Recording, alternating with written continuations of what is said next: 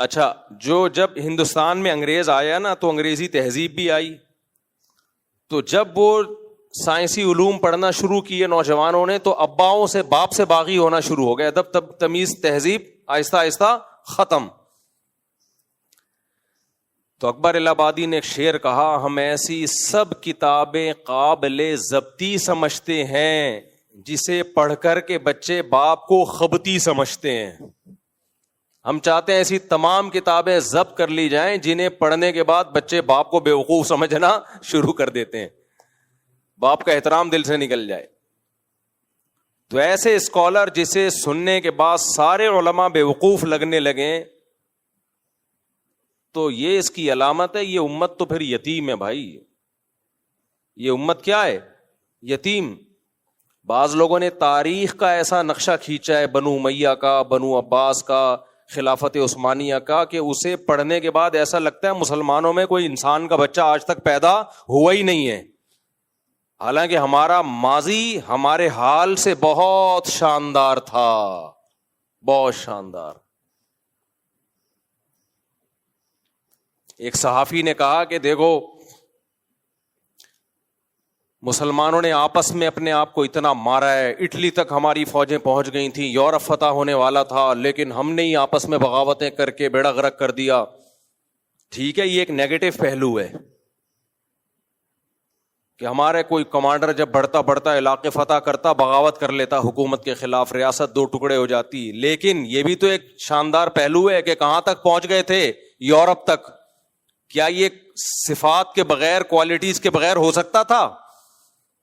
ایک مدینہ کی ایک چھوٹی سی ریاست تھی، وہ اٹھی ہے اور اس کی فوجیں، اس حجاج بن یوسف ادھر سندھ فتح کر رہا ہے، تابعین صحابہ سندھ میں داخل ہو رہے ہیں، ایک طرف افریقہ پورا فتح ہو گیا، دوسری طرف یورپ میں فوجیں داخل ہو رہی ہیں. تو کچھ کوالٹیز تھیں تو یہ ہو رہا ہے نا. سارے 2 نمبر ہوتے، اتنی یہ قربانیاں دیے بغیر ممکن تھا؟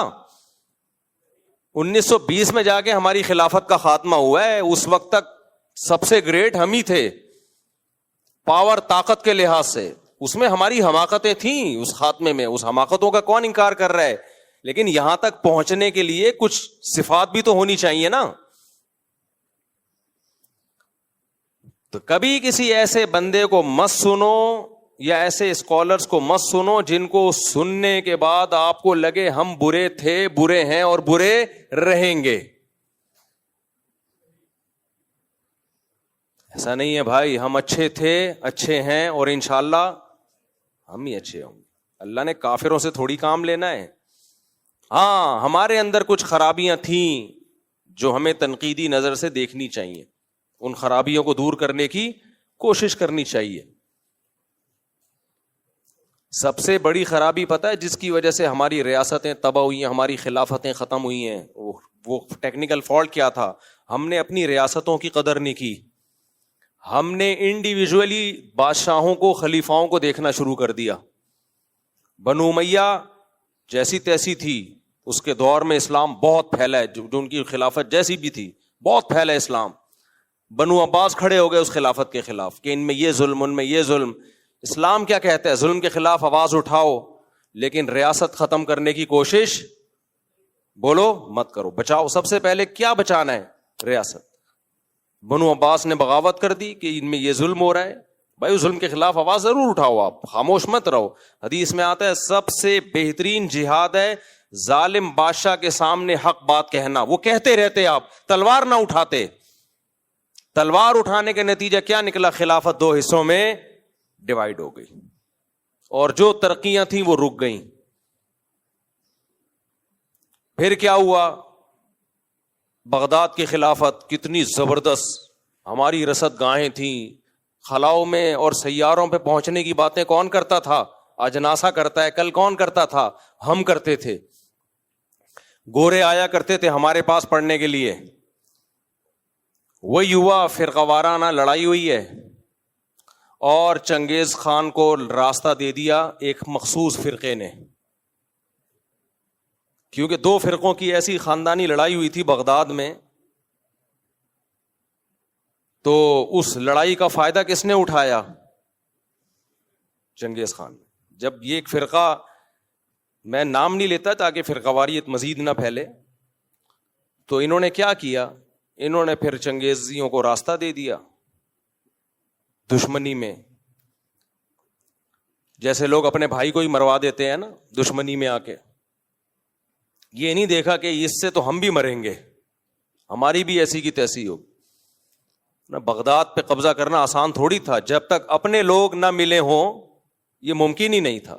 اپنے لوگوں نے کہا یہ حکومت ظالم ہے, یہ حکومت غلط ہے, یہ حکومت اس سے انتقام لینا ہے, تو راستہ دیا اس سے, نہ آپ رہے نہ ہم رہے, پروگرام ہی بڑھ گیا.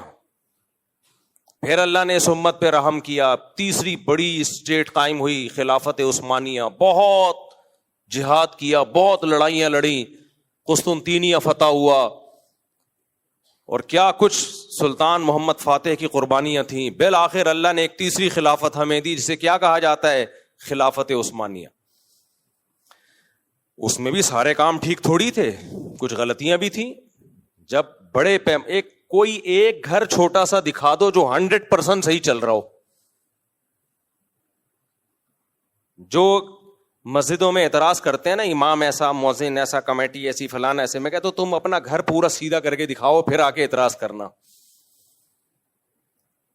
کوئی ایک گھر ایسا ہے جس میں آدمی کہے میری بیوی 100% صحیح چلتی ہے, بالکل ٹھیک, اور عورت کہے میرا شوہر 100% کیا ہے,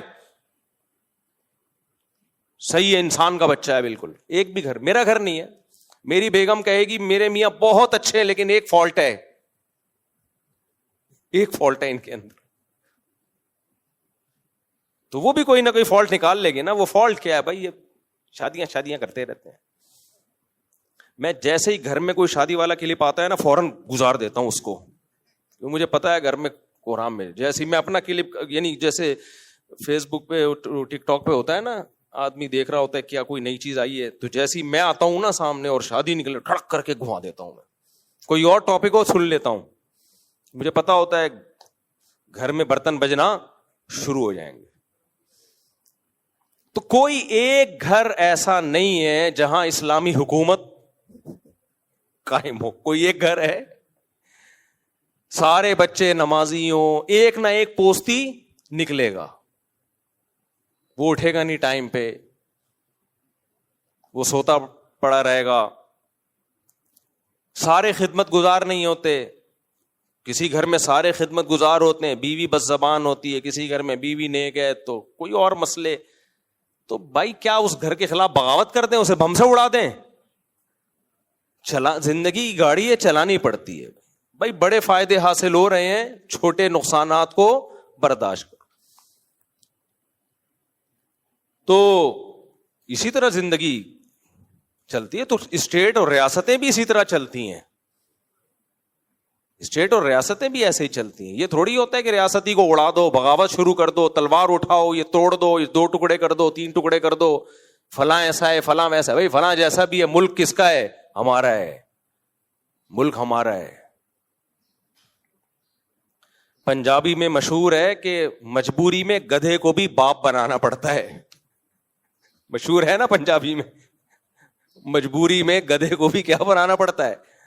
لوگ نالائق دمادوں کے نخرے اٹھا رہے ہوتے ہیں کہ یار نالائق ہے لیکن اتنا نالائق نہیں ہے کہ ہم طلاق لے لیں, اس سے برداشت کر لو, گھر داماد بنا لو اس کو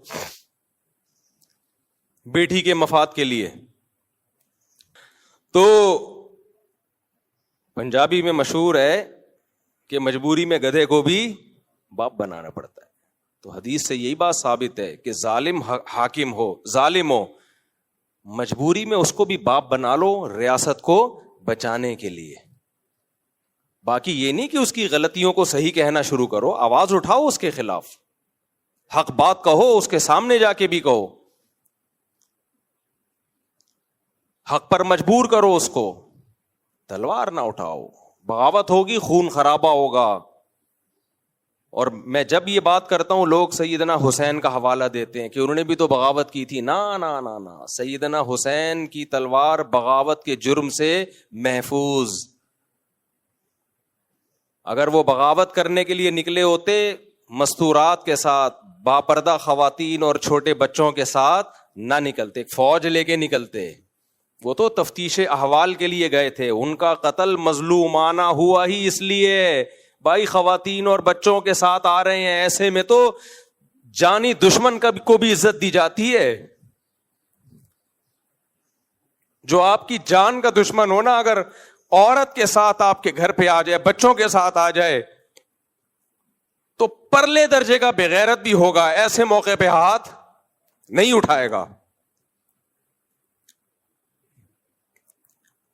سیدنا حسین رضی اللہ عنہ کا جو قتل ہوا وہ اعلیٰ درجے کا ظلم اس لیے کہ آپ خواتین اور بچوں کے ساتھ, اور وہ مستورات جن کا ناخن بھی کبھی کسی نے نہیں دیکھا, ایسی باپردہ باحیا,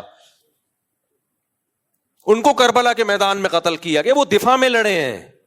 جب کوئی آپ کو قتل کر رہا ہو تو دفاع میں لڑنا تو سب کا حق ہے, فرض ہے. بلکہ تو اسٹیٹ کے خلاف بغاوت الگ چیز ہے, جب کوئی آپ کو قتل کرنے کے لیے آگے بڑھ رہا ہو, اپنے دفاع میں لڑنا الگ چیز ہے. جان بچانا سب سے پہلے فرض ہے. سور کھانے کی اجازت ہے جان بچانے کے لیے, تو سامنے والے سے لڑنے کی اجازت کیوں نہیں ہے؟ تو مسلمانی کی تاریخ آپ اٹھا کے دیکھو, جو جرم ہم نے ماضی میں کیے, خلافت عثمانیہ جب قائم ہوئی, کتنی بڑی اسٹیٹ تھی ہماری, یورپ لرزتا تھا ہم سے, بڑے بڑے بحری بیڑے تھے ہمارے پاس. لیکن ہوا کیا ہے, فرانس نے سازشیں کی, نوجوانوں کو اٹھایا, وہی کہ اس میں نے جیسے بتایا, نہ کوئی گھر 100% صحیح ہوتا ہے, نہ کوئی اسٹیٹ 100% صحیح ہوتی ہے. وہ 100% صرف خلفائے راشدین ہی تھے, اور اس کے بعد اب نہیں ہوگا, اب حضرت عیسیٰ علیہ السلام کے دور میں ہوگا. تو 100% کوئی بھی ٹھیک نہیں ہوتا. خلفائے راشدین کے دور تھا, اور حضرت عیسیٰ ابن مریم کے دور میں جو حضرت مہدی کے ذریعے خلافت قائم ہوگی وہ 100% درست ہوگی. باقی حدیثوں سے پتہ چلتا ہے کہ حاکم ظالم آتے رہیں گے, کبھی نیک آ جائے گا, کبھی برا آ جائے گا. تو صحابہ نے پوچھا ہم نے کیا کرنا ہے, بغاوت کرنی ہے؟ فرمایا نہ آنا. صحیح احادیث ہیں اس بارے میں, نہ آنا. سب سے پہلے کیا ہے بھائی, اسٹیٹ کو بچانا ہے, کیونکہ اسٹیٹ گئی تو آپ کی جو رہی صحیح طاقت ہے وہ بھی کیا ہو جائے گی, ختم. میں عدالتی خلا کے خلاف بولتا ہوں, اسٹیٹ میں جو غیر شرعی قوانین ہیں ان کے خلاف بولتا ہوں. لوگ کہتے ہیں اتنے سارے غیر شرعی قوانین ہیں تو اسٹیٹ کو ختم ہو جانا چاہیے. میں نے کہا ختم ہو جائے گی نا تو شرعی قوانین نہیں آئیں گے. جو آج ہمارے پاس بولنے کی پاور ہے, یہ پاور بھی ختم, یہ پاور بھی ختم ہو جائے گی. بولیں گے بول کے دکھا تو ایک لفظ بھی. لوگ کہتے ہیں پاکستان میں کیا اسلامی حکومت ہے, وزیر داخلہ قل هو اللہ غلط پڑھ رہا ہے, لہذا اس کے خلاف ہمیں کھڑے ہو جانا چاہیے. اسٹیٹ کے خلاف کھڑے ہو جاؤ گے اسٹیٹ ٹوٹے گی, تو غلط قل هو اللہ پڑھنے والا بھی کوئی نہیں ہوگا. سمجھ رہے ہو, سیکولر اسٹیٹ بنے گی. یہ بھی نہیں ہوگا کہ قل هو اللہ پڑھنے کی کوئی کوشش بھی کرے, کہیں گے ہم کیوں قل هو اللہ پڑھیں, یہ اسلام جائے گا بالکل. ابھی تو نام کا اسلام ہے نا, یہ بھی ختم ہو جائے گا. ابھی نام کا تو ہے, آئین میں تو لکھا ہوا ہے, کچھ اس کو لیگل وے میں کچھ کام کرنے کا آپ کے پاس راستہ تو ہے. بات یہ ہے کہ ہم لیگل وے میں کام کرنا چاہتے ہی نہیں ہیں, کیونکہ اس کے لیے کام کرنا پڑتا ہے. باتیں کرنے آسان ہے, کام کرنا مشکل. کام کرنے کے لیے اسکول بنانے پڑیں گے, کالج بنانے پڑیں گے, یونیورسٹیاں بنانی پڑیں گی. آپ کو تعلیمی اداروں کو فوکس کرنا پڑے گا تاکہ اچھے لوگ فوج میں جائیں, بیوروکریسی میں جائیں, عدلیہ میں جائیں. اس کے لیے لانگ ٹرم پالیسیاں بنانی پڑیں گی. 20-30 سال کے بعد اس کا رزلٹ آئے گا. اس میں لگتا ہے ٹائم, اس میں لگتی ہے کھوپڑی. یہ کام ہم اس لیے نہیں کرتے. اور بغاوت کی باتیں اڑا دو, پھوڑ دو, یہ مولوی کچھ نہیں کر رہے, یہ مولوی صرف اصلاح کی باتیں کرتے ہیں, تبلیغ والے صرف چلے 4 مہینے لگاتے ہیں. یہ باتیں کرنا کیا ہے, آسان. اس لیے باتیں کرنے پر گورنمنٹ کی طرف سے پابندی نہیں ہے, کرتے چلے جاؤ. اور لوگ ان باتیں کرنے والوں کو بہت مانتے ہیں کہ یہ ہے اصل, یہ ہے جو خلافت کی بات کر رہے ہیں نا, یہ کیا ہے.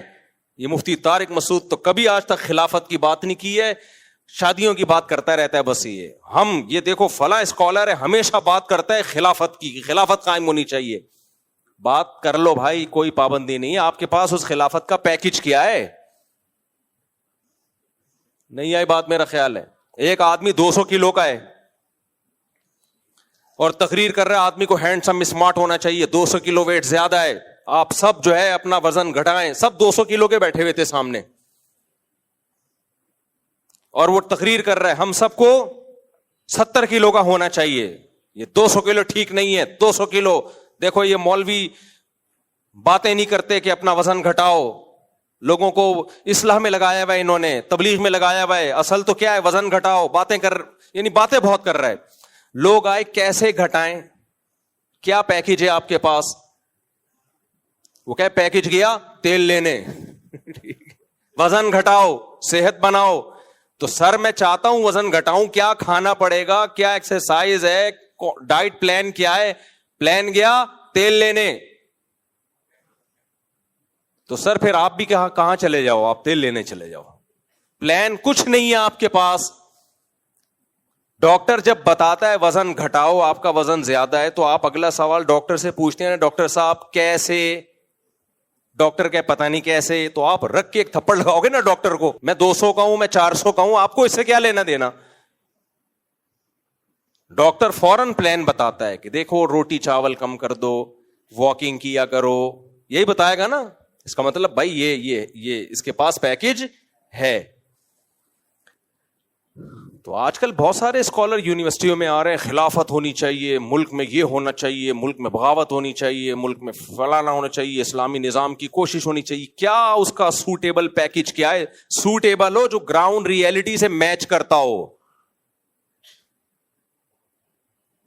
تو کہہ رہے ہیں بس اٹھ جاؤ. اٹھ کے کہاں جائیں, کدھر بٹھاؤ گے ہمیں؟ کیا پیکج ہے آپ کے پاس؟ خلیفہ کون ہوگا؟ غفار بھائی ہیں, ستار بھائی ہیں, اور اگر غفار بھائی کو خلیفہ مان لیں ہم, تو غفار بھائی کی کیا قابلیت ہے؟ ایسا ہی تو نہیں کہ یہ خود ایجنسی کا آدمی ہو جو لوگوں کو ورغلانے کے لیے آ رہا ہو, یا را کا ایجنٹ ہو جو خلافت کے نام پہ ملک کو توڑ کر کس کی گود میں ڈال دے. انڈیا کوئی داڑھی پکڑی والا نہیں بھیج سکتا یہاں پہ خلافت کے نام پہ. جاؤ یار, یہ مولوی لوگ بڑے چہرے کے رونق سے اور داڑھی واڑی سے بڑے متاثر ہوتے ہیں, اور جو خلافت کی بات کرے تو یہیں کا کوئی بندہ خرید کے اسرائیل نے پتا چلا یہاں اٹھا دیا آپ کو. جب انقلاب آیا تو پتا چلا کہ یہ ملک کس کی گود میں چلا گیا؟ اسرائیل کی گود میں چلا گیا. ان سب باتوں کا جواب دو بھائی. اور پہلی بات جو شریعت نے کہا ہے کہ جب جس کام کی طاقت نہ ہو, یا تو اس کی پہلے طاقت جمع کرو. طاقت جمع کرنے کی بھی طاقت نہیں ہے تو وہ بات مت کرو. پھر نوح علیہ السلام 950 سال قوم کو دعوت دی ہے, لڑنے کی طاقت بولو نہیں تھی. اور نہ صرف یہ کہ لڑنے کی طاقت نہیں تھی, لڑنے کے لیے طاقت جمع کرنے کی طاقت بھی نہیں تھی. اس لیے اللہ نے آپ کو جہاد کا حکم نہیں دیا, خود پوری قوم کو تباہ کر دیا. موسیٰ علیہ السلام فرعون کے خلاف لڑائی کا حکم نہیں دیا, کیونکہ ظلم اتنا ہو رہا ہے کہ اپنے بچوں کو قتل ہونے سے نہیں بچا سکتے. تو بغاوت کیسے کرتے؟ نہ بغاوت کی طاقت تھی, نہ بغاوت کے خلاف طاقت جمع کرنے کی طاقت تھی. زبانی تبلیغ پہ گزارا کیا ہے. اللہ نے اپنی طاقت سے فرعون کو غرق کیا. اب جب بنی اسرائیل کے پاس کچھ طاقت آئی ہے, پھر اللہ نے کہا اب ساری زندگی بیٹھے نہیں رہنا, اب کچھ کام تم نے بھی کرنے ہیں. ادخلوا الارض المقدسۃ التي كتب اللہ لکم. اب جہاد کرو اس قوم کے خلاف. نہ ہم جہاد کے منکر ہیں, نہ ہم بے موقع جہاد کے قائل ہیں. یہی اعتدال ہے جو اس امت میں ہمیں اللہ نے سکھایا ہے. لوگ آج غزہ کی بات کرتے ہیں, جہاد. بھائی راستہ کھلے, ذرا سا بھی کہیں نظر آئے, پیدل فتح کریں گے مسلمان غزہ انشاءاللہ, پیدل اسرائیل کو. بات یہ کہ اتنا سخت باؤنڈ کیا ہوا ہے راستوں کو کہ خوراک جانا تقریباً ناممکن ہے. اسی وجہ سے حضرت مفتی تقی عثمانی صاحب نے فتویٰ دیا کہ جہاد فرض عین ہے اپنی استطاعت کے بقدر. اب کس میں کتنی استطاعت ہے وہ خود فیصلہ کرے. وہ حضرت مفتی تقی صاحب تھوڑی بتائیں گے غفار بھائی میں اتنی استطاعت ہے, سلیم میں اتنی استطاعت ہے, یہ وہ تھوڑی بتائیں گے. اور یہ کام سب سے پہلے فوج کا ہوتا ہے. فوج بنائی جاتی ہے لڑائی کے لیے. فوج میں کتنی طاقت ہے یا نہیں ہے یہ میں یا مفتی تقی صاحب نہیں بتائیں گے, یہ فوج بتائے گی کہ ہمارے بس میں ہے بھی کہ نہیں ہے. بعض دفعہ یہ ہوتا ہے کہ آپ نے وہ کام کیا کہ لینے کے دینے پڑ گئے, جو آپ کا اپنا کنٹری ہے اس سے بھی گئے ہم, تو آپ میں کتنی طاقت ہے یا نہیں ہے یہ کون بتائے گا؟ فوج بتائے گی. اس لیے ہم کہتے ہیں حکومت پہ دباؤ ضرور ڈالو, دباؤ ڈالو ضرور حکومت پہ, احتجاج کرو, مظاہرے کرو, کیونکہ بعض دفعہ طاقت ہوتی ہے مگر کام کر نہیں رہے ہوتے. بعض دفعہ پاور ہوتی ہے, سستی میں نہیں کر رہے ہوتے, موت کے ڈر سے نہیں کر رہے ہوتے, لالچ میں نہیں کر رہے ہوتے, اور بعض دفعہ پاور ہوتی نہیں ہے.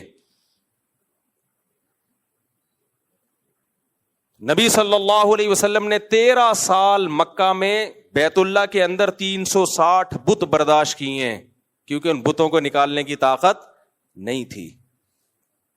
پھر مدینہ میں جانے کے بعد بھی برداشت کیا آپ نے کئی سال, کیونکہ اٹیک کرنے کی طاقت نہیں ہے, دفاع میں لگے رہے. جب 10,000 کا لشکر تیار ہوا ہے پھر مکہ پہ اٹیک کیا ہے آپ نے, پھر آپ نے وہ 360 بت گرائے ہیں. جاء الحق وزهق الباطل, حق آ گیا اور باطل چلا گیا. تو بھائی گراؤنڈ ریالٹی کو دیکھ کر سارے فیصلے کیے ہیں نبی صلی اللہ علیہ وسلم نے. ایسا نہیں یوں ڈھجن ماضی میں کیا ہوتا رہا, ایجنسیاں والے اٹھاتے ہیں پھر ایسے لوگوں کو چمڑیاں ادھیڑتے ہیں, اور یہ جو لیڈر ہیں یہ چائے پی رہے ہوتے ہیں اور یہ پیچھے جیل میں پوچھنے کے لیے بھی نہیں آتے, یہ ایک نئی تنظیم بنا رہے ہوتے ہیں نئے جہاد کے لیے. تو یونیورسٹی کے طلبہ جو اسٹیٹ اینٹی اسٹیٹ ایلیمنٹس جو قوتیں ہیں ان کو جوائن کر رہے ہیں, ان کی باتیں سن رہے ہیں, تو میں ان سے کہوں گا کہ یہ کام مت کرو, اس سے کوئی دین کی خدمت نہیں ہوگی. پھر ایجنسیاں کھیلتی ہیں ایسے لوگوں کے ساتھ, غائب کر دیتی ہیں, پھر مسنگ پرسن بن جاؤ گے. اور تمہارے جو لیڈر ہیں جو تمہیں اسٹیٹ کے خلاف بغاوتوں پہ اکسا رہے ہیں, ان کو کچھ نہیں ہوتا. وہ کام کرو جو کر سکتے ہو, جو جس کے سائیڈ ایفیکٹ زیادہ ہیں کبھی بھی وہ کام نہیں کیا جاتا. تو سب سے پہلے بچانا کس کو ہے؟ اسٹیٹ کو بچانا ہے ہر قیمت پہ, اس پہ سمجھوتا نہیں ہوگا. تو کیا ہے, میں مثال دے رہا تھا خلافت عثمانیہ کی, اس میں بھی کچھ فالٹ تھے. تو فرانس نے نوجوانوں کو, اس خلیفہ کہتا تھا نوجوانوں کو, بھائی یہ کوئی اور ہے جو تمہیں یہ منجن بیچ رہا ہے, یہ گنتیاں کوئی اور سکھا رہا ہے تمہیں, یہ خلافت ٹوٹے گی دوبارہ نہیں آئے گی. لیکن نہیں آئی سمجھ میں بات. عربوں کو اکسایا کہ یہ اجمی ہیں, یہ تم پہ حکومت کر رہے ہیں, اصل تو اسلام عرب میں آیا ہے, حکومت کرنا کس کا حق ہے؟ عربوں کا. یہ ترک اجمی ہیں. ارے بھائی اجمی ہیں لیکن پوری حرمین کی بھی انہوں نے حفاظت کی ہے, اس سے کیا ہوتا ہے عربی ہیں یا اجمی ہیں؟ کچھ عرب متاثر ہوئے, سب نہیں ہوئے متاثر. تو شریف مکہ نے وہاں بغاوت کر لی, اور آج اس کا رزلٹ دیکھو. خلافت جو ٹوٹی ہے, ترکی اتنا سا سمٹ کے رہ گیا. اب جب ترکی ساری دنیا سے کٹ گیا تو پھر اس کو یورپی یونین کا حصہ بننا تھا, اور یورپی یونین کا حصہ بننے کے لیے پرلے درجے کا بغیرت بننا تھا. کیونکہ یورپ کہتے ہیں میری یونین میں جب آؤ گے جب عورتیں چڈیاں پہنیں گی, فیملی سسٹم کو کیا کرو گے؟ بولو, تباہ و برباد. نماز روزے کی حد تک دین پہ چلو, ہمیں کوئی پرابلم نہیں ہے. یورپ میں بھی بہت ساری مسجدیں. خاندانی نظام تباہ و برباد کرنا ہے. ڈیورس کا رائٹ عورت کے پاس بھی آنا چاہیے جیسے مرد کے پاس ہے. ترکی نے وہ عورت کو بھی دے دیا. چھڑیاں پہناؤ, ترکی نے پہنا دی. کھلے عام بے حیائی ہونی چاہیے, ترکی نے کر لی. 50 سال لگا دیے ترکی نے, یورپ نے پھر بھی گھاس نہیں ڈالی. ٹھیک ہے نا, اس نے کہا ہو تو تم مسلمان ہی نا. سب کچھ کروا کے, جیسے غریب آدمی نے کہا کہ بھئی مجھے قرضہ چاہیے, مالدار نے کہا یہ بھی کر لے, یہ بھی کر لے, یہ بھی کر لے, سب کچھ کروا کے بغیرت بنا دیا, پیسے پھر بھی نہیں دیے. تبھی اب ترکی یو ٹرن لے رہا ہے آہستہ آہستہ, لیکن اتنا آگے جا چکا ہے کہ یو ٹرن لینے میں بھی اس کو ٹائم لگے. اب اسلامائزیشن کی طرف جا رہا ہے کہ نہ خدا ہی ملا, نہ وصال صنم, نہ ادھر کے رہے نہ ادھر کے رہے. ایک آدمی کو عشق ہو گیا نا, یہ شعر کا شان ورود بتا رہا ہوں آپ کو. ایک آدمی کو عشق ہو گیا تو محبوبہ نے ہر گناہ کروایا اس سے. لوگوں نے کہا خدا ناراض ہو جائے گا, اس نے کہا بھائی مجھے معشوق چاہیے. آخر میں اینڈ میں کیا ہوا, اللہ تو ناراض کر لیا اس نے, معشوقہ کی شادی کہیں اور ہو گئی. تو اس پر کسی نے کہا نہ خدا ہی ملا نہ وصال صنم, صنم سے ملاقات بھی نہیں ہوئی, صنم سے محبوب. نہ خدا ہی ملا نہ وصال صنم, نہ ادھر کے رہے نہ ادھر. ترکی لبرل بننے کی کوشش میں نہ مسلم کنٹری رہا نہ یورپین. لہذا اب ان کو تھوڑا ہوش آ رہا ہے کہ یار واپس پلٹو, تم نے تو دنیا پہ حکومت کی ہے, اب ترکی میں مسجدیں آباد ہونا شروع ہوئی ہیں لیکن اب بہت ٹائم لگے گا. تو پاکستان ابھی اس اینڈنگ پوائنٹ پہ نہیں گیا میرے بھائی, ابھی بہت پاکستان میں بہت حد تک اسلام ہے, اس کو بچا لو. تو اسٹیٹ کو بچاؤ اور لیگل وے میں اسلامائزیشن کی طرف کوشش کرو آپ, تو بہت سارے کام ہو سکتے ہیں. ہم نے کوشش کی نہیں ہے پازیٹیو وے میں, کی نہیں ہے, کی ہوتی پھر ہم کہتے ہیں ناکام ہوئے ہیں.